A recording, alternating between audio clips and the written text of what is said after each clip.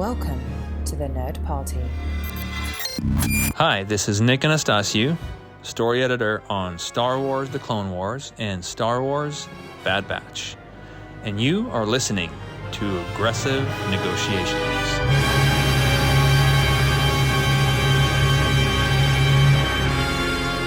Well, hello and welcome to Aggressive Negotiations, and I am just one of the hosts here, Jedi Master Matthew Rushing, and coming at you from the chilly corner of Hoth. And with me, as he is every single week, the wonderfully bundled Jedi Master, John Mills. Yes, and in fact, because of the weather, I have figured out a way to create a pumpkin spice scent for my lightsaber. So now, as we battle the forces of evil, we will be treated to the pleasant smell of pumpkin spice, since we are getting ready to enter spooky season here in the Star Wars galaxy and every galaxy in between. Yes, I'm so excited. And if you would like to keep track of us, if you'd like to interact with us, we'd love to talk to you. So please go over to Twitter at The Jedi Masters. Of course, we got the entire network at Join Nerd Party. You can also find us on Facebook at facebook.com/nerdparty. We've got the entire network at thenerdparty.com, as well as you can find us wherever you get your podcasts. If you're listening to this, I hope you're subscribed so you're getting the show as soon as it drops, and help us out with a star rating and review over on Apple Podcasts or Spotify. Now, John, something that you had piqued my wiggling green ears about right before we started recording was this idea of the Baby Yoda effect, you called it. Yes. And, you know, of course, The Mandalorian coming along on the air a few years back now and just shocking everybody where you've got this character that we all affectionately know as Baby Yoda, even though his name is Grogu.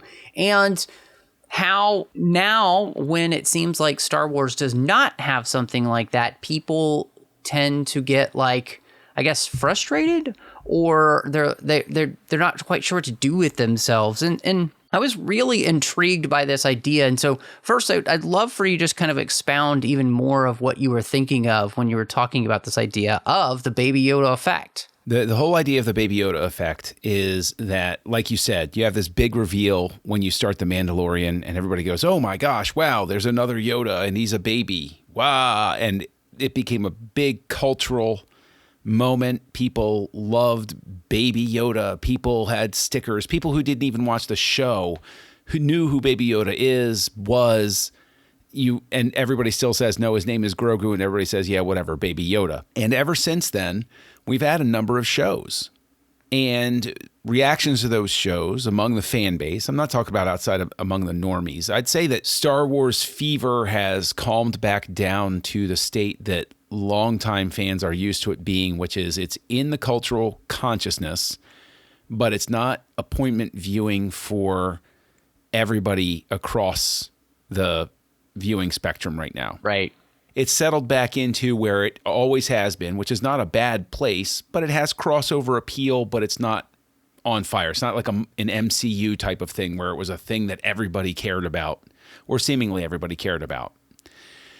And I'm just saying that with this effect, I say that it's probably created something of a subconscious expectation among viewers that every series will have some component like that baked in. And what we're finding is, no, Grogu was a once in a Star Wars generation type of thing. The reveal that Sabine was training to be a Jedi was greeted with a murmur overall, it seemed, where people just started arguing about whether that was okay or whether they were good with it. Instead of saying, wow, I didn't expect that, they all said, so I don't know how I feel about that. I don't know if they were going for a Baby Yoda effect or if they've just been trapped by the magnitude of the first one. Yeah. I mean, I think it's a great question. I have one back for you.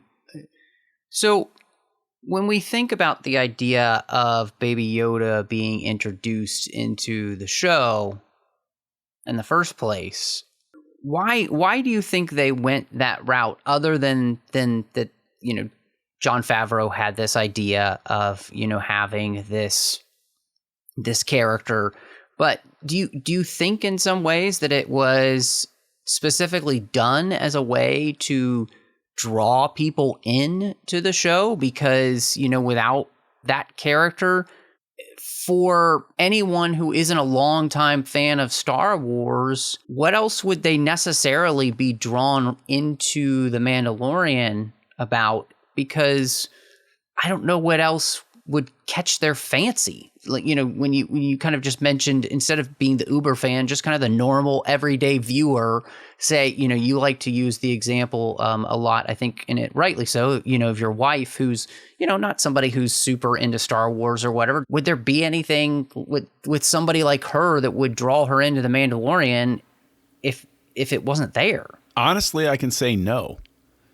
I think that when Luke showed up, that she was pleased to see that. That was a pleasant surprise for her, but you had to get to that point. Whereas with Baby Yoda, that was that immediate shock. And I think that created the momentum for somebody like her.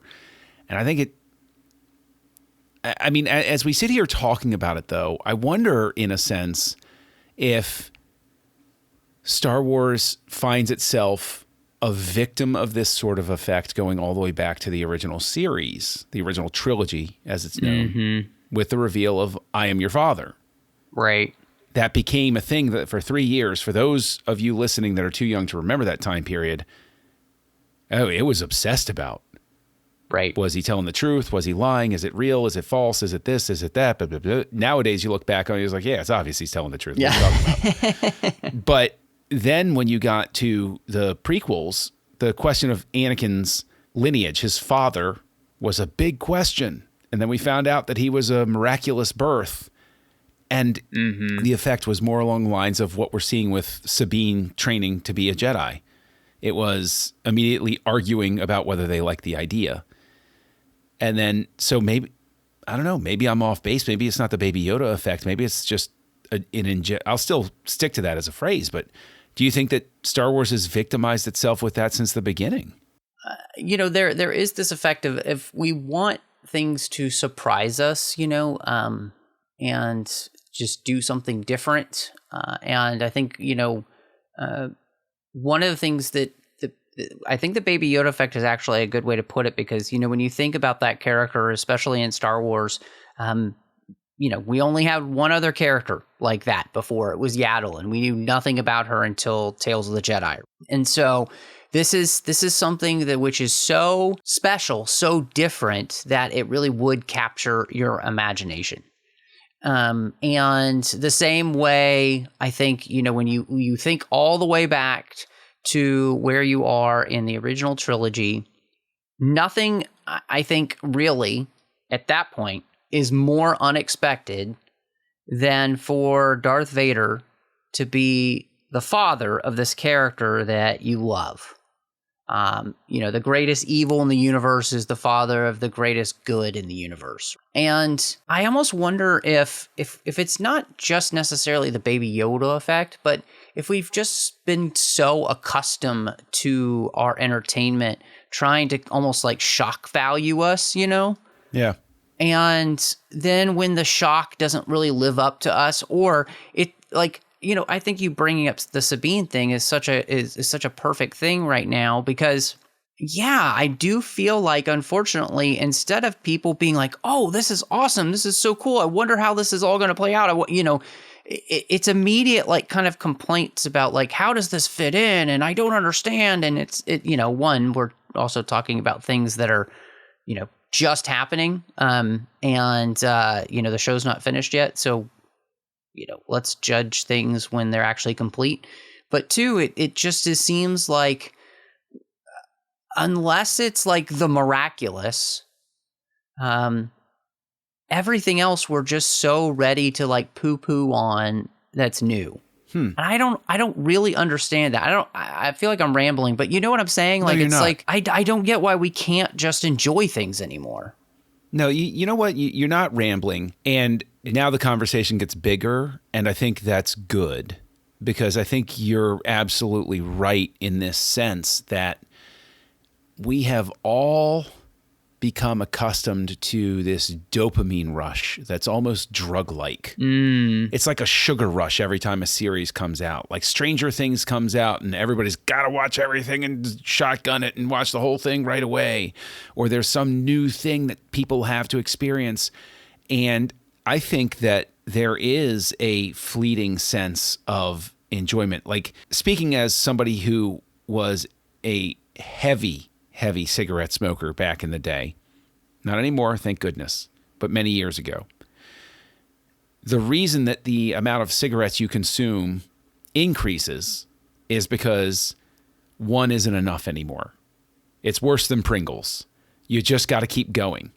And that high lasts less. And people may want to shrug and say, oh, aren't you overstating it? But no, you get a high from cigarettes. It's a different kind of high than doing other drugs, but it gives you a jolt. And the whole reason it calms your nerves is because you're training your body to rely on something. And I think that's the case, is yes. In addition to the Baby Yoda effect, we live in a place in time where the rush has gotten so frequent and so pronounced. We always need bigger and we need stronger, and it never lasts as long as we think it should. Example, who's talking about Barbenheimer anymore? That was all the rage for a long time, wasn't it? Hashtag Barbenheimer, all over the place. Yeah. Now it fades into the mists as everybody awaits, what's the next big rush I'm going to get? And this isn't old men yelling at the clouds thing. This is simply a function of how much content is being shoved at us constantly, and our desire to, our FOMO, basically. Fear of missing out. Yeah, no, I think that's right in some ways. And, I think, this is, I like the way you're going with that, because I do think that this is a larger conversation of, we have gotten so used to consuming and then leaving and consuming and then leaving. We're not ready for things to just stay and linger in any way. Just when I think about, something like Tales of the Jedi, or when I think of, what they're doing with Ahsoka, it feels as though it's very deliberate in what they're doing and why they're doing it. It was one of the complaints many people had about Andor. They felt like it was too slow. But by the time you get to the end, you understand why they're spending the time in the places that they do. Right. And I think that that's kind of what this show is doing. The same thing, heck, could be said for The Mandalorian. Many people were complaining about different Mandalorian episodes, in the first couple of seasons. And then, by the end of the series, you're like, oh, man, that's how that fits in. And this goes all the way back even to Rebels. I remember complaining in the first season of Rebels about things myself, and then having them come back to play either in that season or in future seasons. Like, they go back to that. They use what they've put out there, right? And so, honestly, for me personally, as a fan, as content moved from film to television, I've learned more and more that I have to take each episode in some ways with a grain of salt until the entire season is out. And then I can actually truly feel like I can judge something, because these seasons are really arc-long stories. Even The Mandalorian was like that. Season 1, Season 2, Season 3, they're all of these arc-long stories that I think have to be kind of judged together. And I think we as fans are just so used to having immediate answers right now. And I think maybe it's not the Baby Yoda effect, it's the Netflix effect, where you could binge an entire season in one sitting, and then nobody talked about it anymore. And all of these shows are kind of retraining us how to sit and enjoy things, However, I'll say that it's also a structured data effect, or you could call it the Google effect, because with search engine optimization, everybody noticed over time that if you structured your data in a certain way, you got into the results.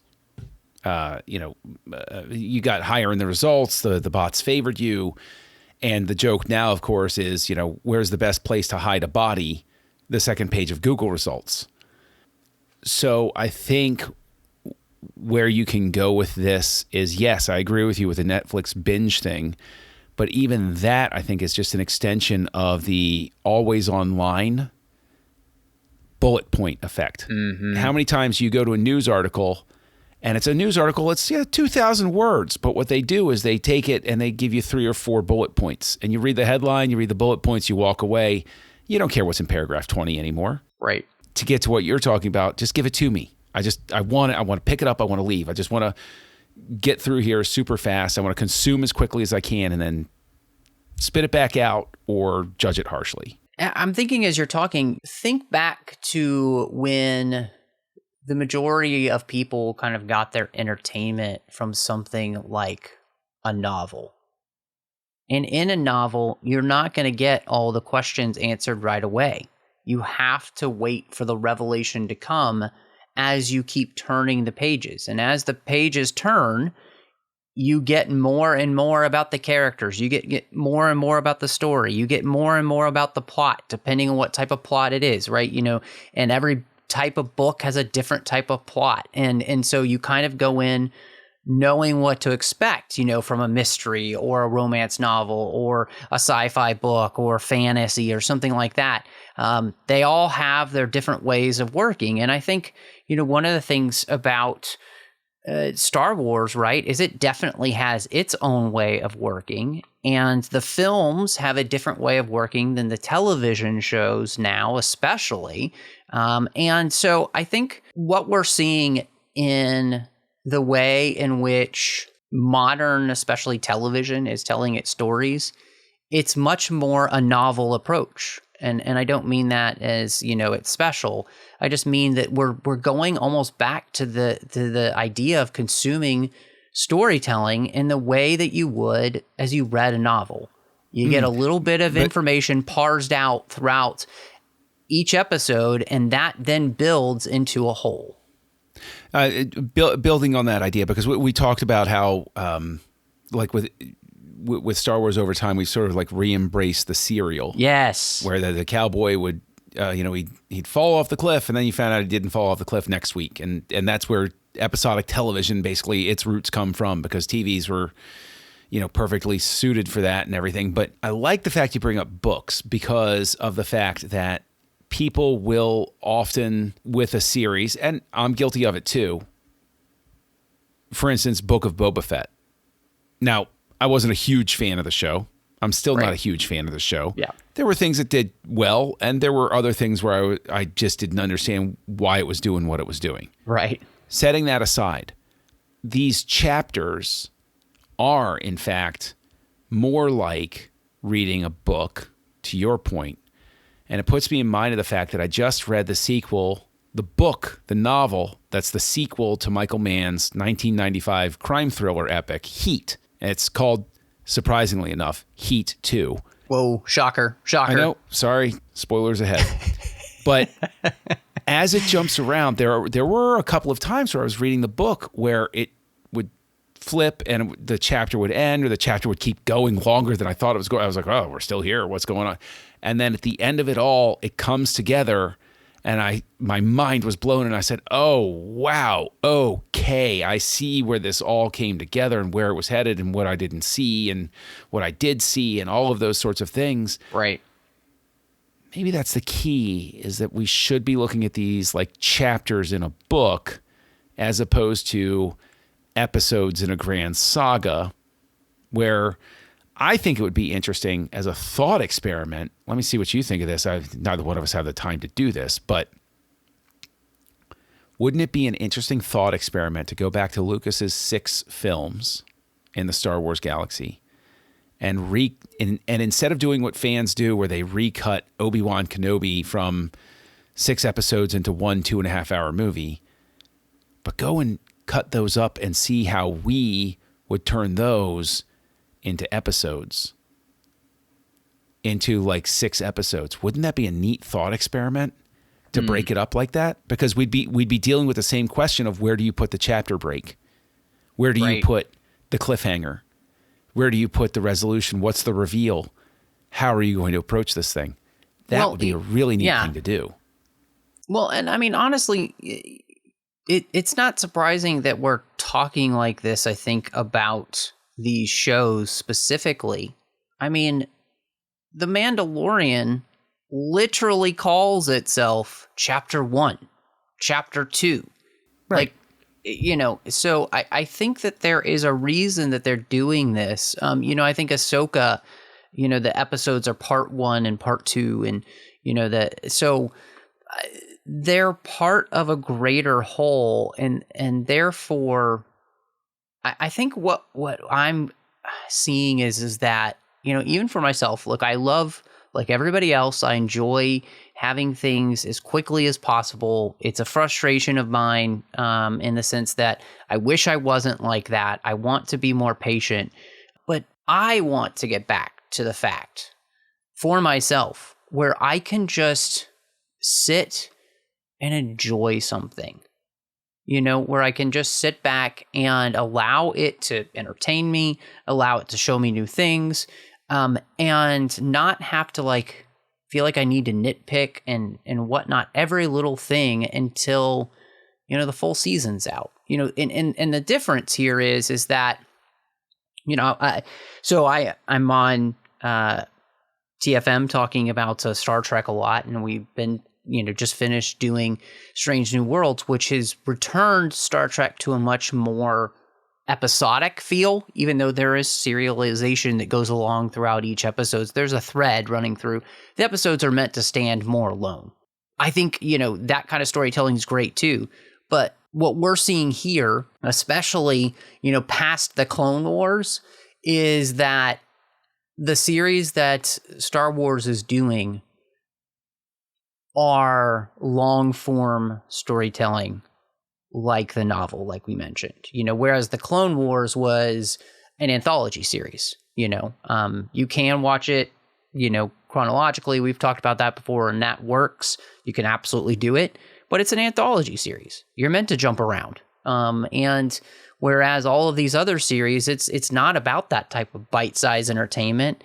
It's meant to be enjoyed all together. And so, I don't know. I'm actually really thankful that these shows have started coming out this way, so that I am forced to just sit and enjoy. That I'm forced to just be able to watch the episode, contemplate it, kind of think about it, maybe go back and watch it again before it comes, it comes back the next week. And really just kind of mull over it and kind of get to, dare I say, enjoy the episodes. Or even just spend the time to go back and rewatch it and say, you know what, even if it didn't work for me on the first pass, let me give it another and see if I just wasn't in the frame of mind to see it. How many times have we watched all the way up to films? Yeah. I always cite one of my most famous personal examples. I despised the movie The Shining by Stanley Kubrick for decades. And then I rewatched it, and I said, many decades, I'd seen it before. It wasn't like I saw it once and walked away. I saw it a few times. I was like, this just doesn't work for me. And then I watched it one more time, and I said, oh my gosh, I get it. I love this. It's fantastic. Yeah. No. Is it possible that you just need to give yourself that opportunity to come back and try it again? I would say that sometimes your criticisms might be reinforced, like us with the Obi-Wan series. Yep. Very open about that. We went back, we rewatched it, and it still didn't work as well as we thought it could have. Well, and the same thing, happened for me. You spurred in my mind a film where that happened to me. I for the longest time thought that I hated E.T. And then I went back to E.T. and I rewatched it a couple years back, and it hit me completely different. And I love that film now, partly because, I realized the thematic elements that he's working with. Spielberg, always been talking about his parents' divorce since it happened for him. And it hit me very hard, now being a person who's experienced that with my own parents. And so, I think that you're absolutely right. Our first reaction to things isn't always the one that's going to be right. And many times, a lot of times, whether it's with Star Wars or lots of other things, it's like I need to be able to sit with it, and then I need to be able to watch it again, and I can actually really feel like I have a full opinion because, I already know what to expect, and then I feel like I can judge the thing based on itself and not maybe my own expectations, So, yeah, I mean, I just think it's an interesting thing to be able to talk through as a fan because, Star Wars isn't the only fandom we struggle with this with, but I think Star Wars definitely, a lot more than other fandoms especially, seems to suffer from this where it just seems like how fast can I be to get my reaction out? How can I get my little bite-sized reaction out on Twitter that's going to light it up, And instead of just like mulling things over and thinking about things. Like I think I've tweeted maybe a couple of things about Ahsoka, and when I was watching the episode, it's like I tweeted, Ahsoka's great. Like, that was all. Like, I don't have massive thoughts yet, mainly because I'm still waiting. But, I don't feel the need to just get out there and let my opinion be known until I feel like I have something very substantial to base that opinion on. So, well, I'll tell you what is substantial is the amount of hate mail that you get every time you do share that opinion. So if people want to send you more of that, where can they find you online? Well, I love that social media is pretty much that's the reason that exists these days. And so you can reach out to me on Twitter, Instagram, Letterboxd, or Vero under the name MattRushing02. You can also find me here on the network on another show that is completed. I did that with Dre Coffin. We talked about every single chapter of the Harry Potter series, one chapter at a time. You can also find me on the TFM network. We've got the 602 Club where we're talking about all the franchises we love. And then I've got Literary Treks, The Orb, Warp 5, Artificial Tango, and Saddle Up. But John, maybe people actually wanted to be nice to you on social media just to, change things up. Where could they find you? Well, you can find me as Kessel Junkie out there on the wilds of the internet. And heaven knows, I don't think I am controversial, but whatever, give it time. You can find me over on Letterboxd and Twitter from time to time, those sorts of things. And you can, of course, find me here on the network co-hosting a show with Darren Moser and Tristan Riddell, which is focused on, hold on to your hats, movies called House Lights, where we look at the works of directors and different themes and those sorts of things. But I'll tell you what, I think that the pitchfork and torches crowd might be closing in on the temple here. So Master Rushing, I think it's time to close these negotiations. John, negotiations are closed. Join the revolution. Join the Nerd Party.